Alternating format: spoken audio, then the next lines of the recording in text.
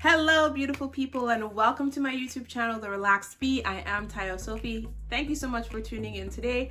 Over here I love talking about everything healthy hair care, as well as sharing my own personal hair journey. So if you're all about growing out your healthy afro textured hair, be it relaxed, natural, whatever type of curls, make sure you subscribe to my YouTube channel and please give this video a thumbs up. Thank you. In today's video, I'm going to be talking about some tricks and tips to help you in your relaxer stretch. I know a lot of us out there, we're addicted to the creamy crack. We want to go back in every 4 weeks, but that's the worst thing you could be doing in your healthy hair journey, especially if you have relaxed hair. So here are some of the fantastic things that you could be doing to help you really stretch out your relaxers. So I have a notebook here. I'm going to be going through everything I have written down just because I don't want to forget anything. So let's do this. The first thing that you want to do with your relaxer stretch is consider a long-term protective style. I know it's gorgeous to have your hair out sometimes, low bun, up bun, mid bun, but sometimes when your new growth is really doing its thing, it could get difficult if you need to be finding yourself manipulating your hair every day, every other day. That could end up causing over manipulation and also breakage. So what I would recommend is when you hit the, say, 6 to 8 week mark, try and get your hair into some form of protective style. My preference for protective style would be either a wig. So have your hair braided down where you could have it in that style for like 2 weeks, put a wig on, forget it. Make sure you're still moisturizing though, but leaving your hair to kind of sit in its thing for a longer period of time. Another protective style that I found really helpful past the 8 week mark of your relaxer stretch is braids. Braids are perfect for relaxed hair once we hit that 8 week mark, because now you have a lot more new growth, and that new growth can actually really handle a lot more of the tension that comes with braiding your hair versus freshly relaxed hair. So 8 weeks is about the time where you want to start trying to experiment with braid styles. So sometimes I would go with some type of braided hairstyle and I would have that in for 3 to 4 weeks maximum. I take it out and then shortly after I'm doing my relaxer treatment. Why is it important to actually have a long-term protective style, especially when you're relaxing, stretching out your relaxers?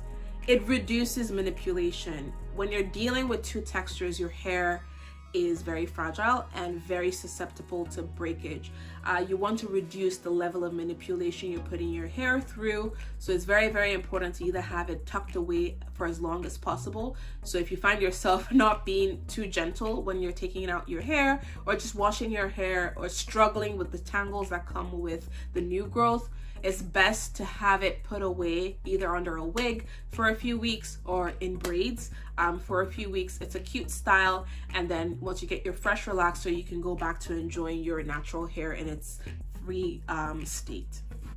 The next tip that has definitely been helpful to me in stretching out my relaxers is including a co-wash. On a weekly basis, I would still go in with the shampoo. Say on a Saturday or on a Sunday, I would do the shampoo and the deep conditioning treatment. But say midweek, I would do a co-wash. A co-wash would actually help in softening your new growth. It doesn't strip out too much moisture from the hair. It helps protect the line of demarcation, so where your new growth meets your previously relaxed hair. And it's really, really helpful in adding a lot of extra moisture back into your hair. You could either do a co-wash replacing one of your weekly wash treatments, but making sure you're still shampooing at least twice a month.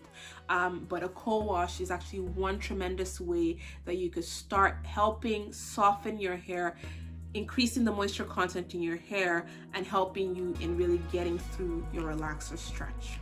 My next tip, it's probably one of those tips where everybody has talked about, is using a satin scarf or bonnet when you're going to sleep, or even when you have your hair out in the house.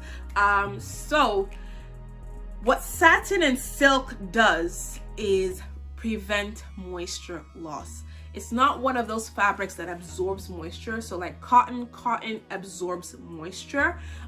So what you want to actually do is use a satin or silk scarf with your hair. I do it sometimes like this. I'm in a form of relaxer stretch right now. More details later.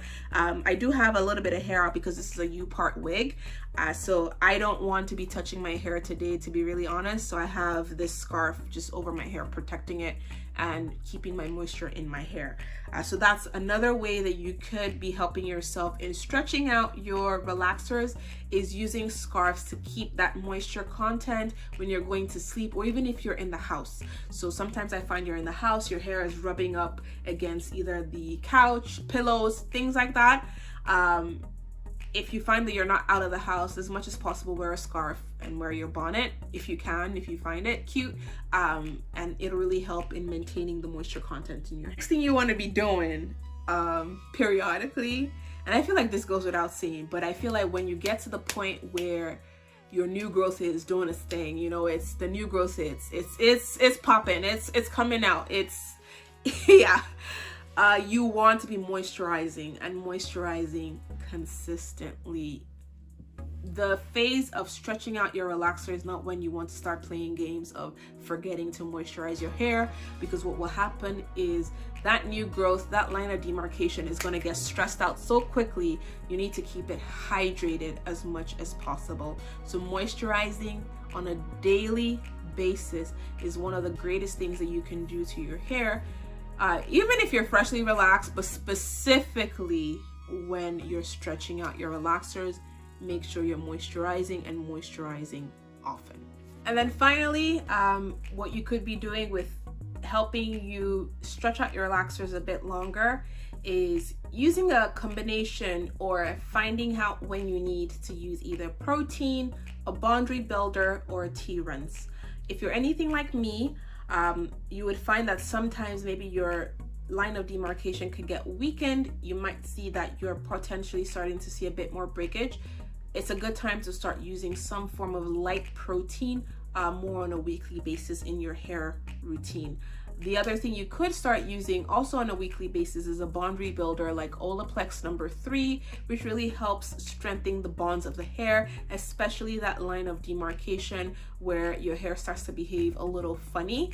So a bond rebuilder will be something to definitely incorporate in your routine. And then finally, tea rinses. I find that when I start getting past that 8-week mark, going towards the 10-week mark, things like that, my hair might start to shed a bit more through that process, and I found tea rinses to be especially helpful in helping me maintain my hair on my head and it not going too crazy through the relaxer stretching process. So I do hope you found this content useful. Thank you so much for watching and tuning in today. If you're not already subscribed, please subscribe to my YouTube channel. If you have any questions or any other suggestions that you feel like I missed in this video, please leave them in the comments section below. I will be reading all of your comments and responding. Thank you so much again. Like, share, subscribe.